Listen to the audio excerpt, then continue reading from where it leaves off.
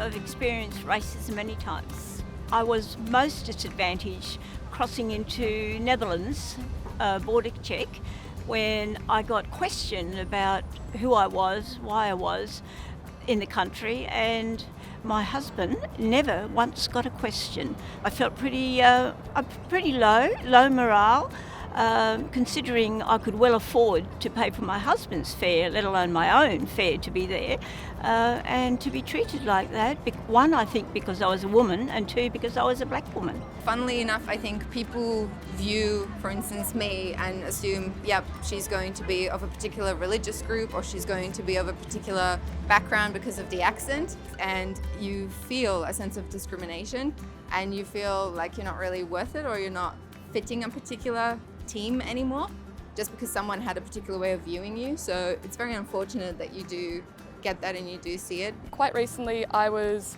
introduced to someone I'd never met before, and I was explaining that I work in Indigenous strategy and services at the university, and straight away he interrupted and said, but Aboriginal people get more money and more benefits than anyone in Australia from the government already.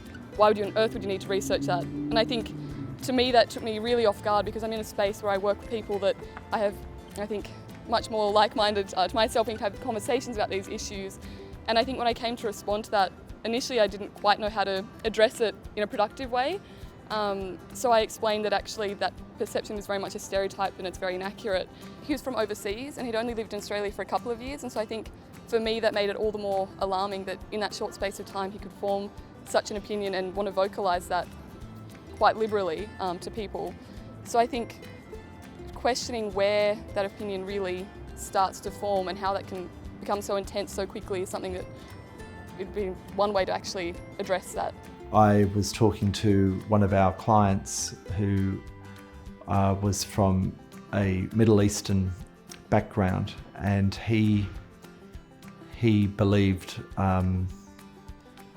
that the way in which I was addressing him was akin to a psychiatrist addressing him. In fact, he's his own treating psychiatrist, so he wanted to know what position I held in society, whether or not that I was a doctor, and so forth. And perhaps on reflection, I could have been a little more soft, I think, in probably going in and talking with him. According to him, it was the language that I used, the directness of my wording. My questions to him were frank and quite direct, and the way that I was looking at him as well. So my use of